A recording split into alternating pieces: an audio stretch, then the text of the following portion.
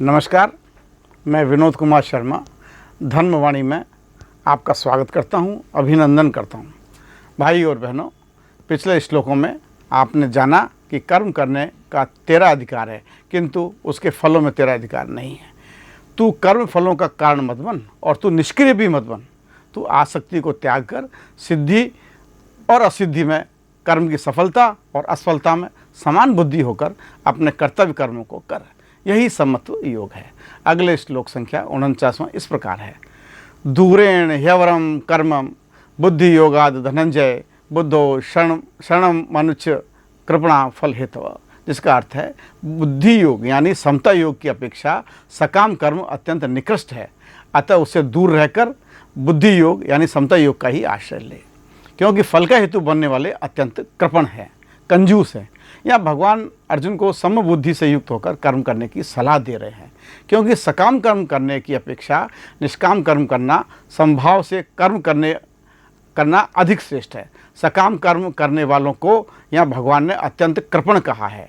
कंजूस व्यक्ति की यह आदत होती है कि वह धन से बहुत ज़्यादा मोह करता है।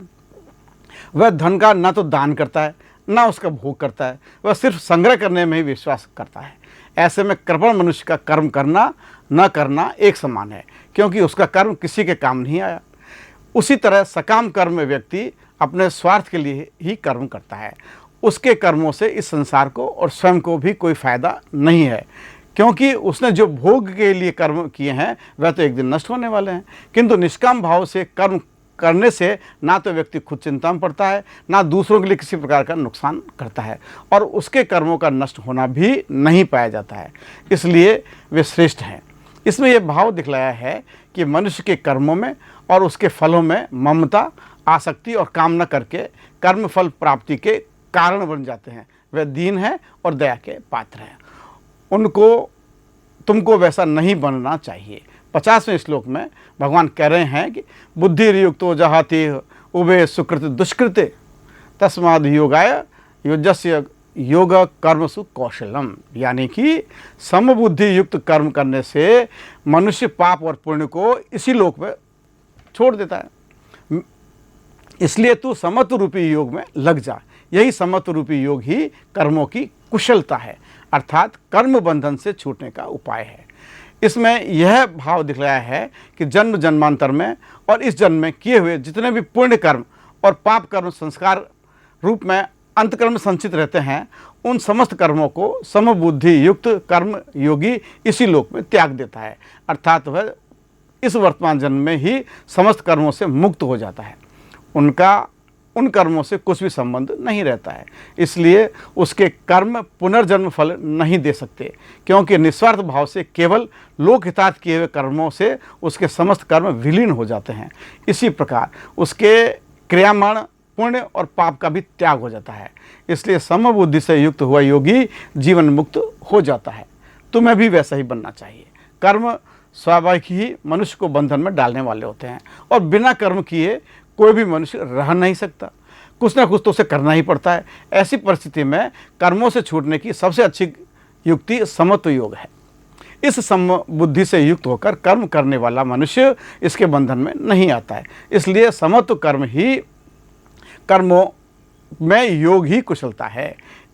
यह श्लोक इस गीता में मुझे सबसे प्रिय और सबसे अच्छा लगता है, क्योंकि ना तो किसी के पक्ष में, ना किसी द्वंद्व में, ना किसी चिंता में, ना लाभ हानि की चिंता में। जब मनुष्य लोक हित के लिए काम करता है तो यही कर्म करने से उसकी कुशलता है।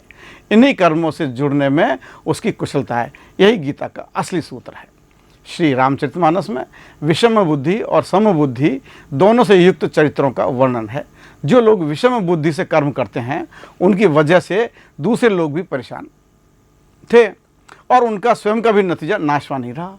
और जिन लोगों ने समबुद्धि से कर्म किए उन्होंने अन्य लोगों के साथ साथ स्वयं का भी कल्याण किया। आप पूरी रामचरितमानस को इन दो पात्रों में विभाजित करके देख सकते हैं, समझ सकते हैं। यहाँ मैं आपको अयोध्या कांड में समबुद्धि के कुछ उदाहरण देना चाहता हूँ, ध्यानपूर्वक सुनिए। राव सुनाई दीन बनवासु, सुनि मन भय न हरसु हरासु। सो सुत बिछुत गए न प्राणा, को पापी बड़ मोहि समाना। जन्म मरण सब दुख सुख भोगा, हानि लाभ प्रिय मिलन वियोगा, काल कर्म बस होई गुसाई, बर बस रात दिवस की नाई। सुख हर्षई जड़ दुख बिलकाही, दो सम धीर धरई मन भाई, धीरज धरऊँ विवेक विचारी, छाड़े सोच सकल हितकारी। अजऊँ बच्चे बलि धीरज धरऊँ, कुसुमय समझ शोक परिहरऊँ, जानि मानो ही हानि गलानी, काल कर्म गति अघटित जानी। पितु आयसु भूषण बसन, तात तजे रघुबीर, विस्मय हर्षण हृदय कछु, पैरे बलकल चीर।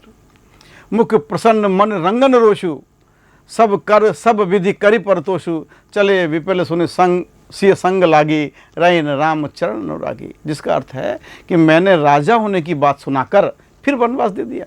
यह सुनकर भी जिस राम के मन में हर्ष और विषाद नहीं हुआ, ऐसे पुत्र के बिछुड़ने पर भी मेरे प्राण नहीं गए, तब मेरे समान कौन बड़ा पापी होगा। जन्म मरण सुख दुख के भोग, हानि लाभ, प्यारों का मिलना बिछुड़ना, ये सब हे स्वामी काल और कर्म के अधीन दिन और रात की तरह बरबस होते रहते हैं। मूर्ख लोग सुख में हर्षित होते हैं और दुख में रोते हैं, पर धीर पुरुष अपने मन में दोनों को ही समान समझते हैं। ये सब हितकारी आप विवेक विचार कर धीरज धरिए और शोक का त्याग कर दीजिए। मैं हे वत्स मैं बलियाँ लेती हूँ, अब तुम भी धीरज धरो, बुरा समय जानकर शोक को त्याग दो। काल और कर्म की गति अमित जानकर हृदय से हानि और ग्लानि मत मानो। हे तात, पिता की आज्ञा से श्री रघुवीर ने भूषण वस्त्र त्याग दिए और वल्कल वस्त्र पहन लिए। उनके हृदय में ना कुछ विषाद था, ना हर्ष, ना उनका मुख प्रसन्न था, न मन में आसक्ति थी, ना रोष ना द्वेष। सबका सब तरह से संतोष कराकर वे वन को चले गए। यह सुनकर सीता भी उनके साथ लग गई।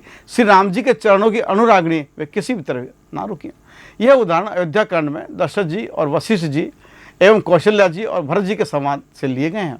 आप इसी दृष्टिकोण से रामचरितमानस को पढ़ें, आपको बड़ा आनंद आएगा और सत्य साफ आपके सामने खड़ा होगा। तो यह था आज का एपिसोड। सुनते रहिए गीता और मानस की वाणी, घर घर पहुँचानी। यदि आपको यह एपिसोड पसंद आया हो तो कृपया से लाइक करें, शेयर करें और सब्सक्राइब करें। मैं आप सभी से यह निवेदन करना चाहता हूँ कि इसे आप अपने ग्रुप में के सदस्यों को भेजें, लेकिन आप ऐसा नहीं कर रहे हैं। क्यों नहीं कर रहे हैं यह तो आप ही जानें।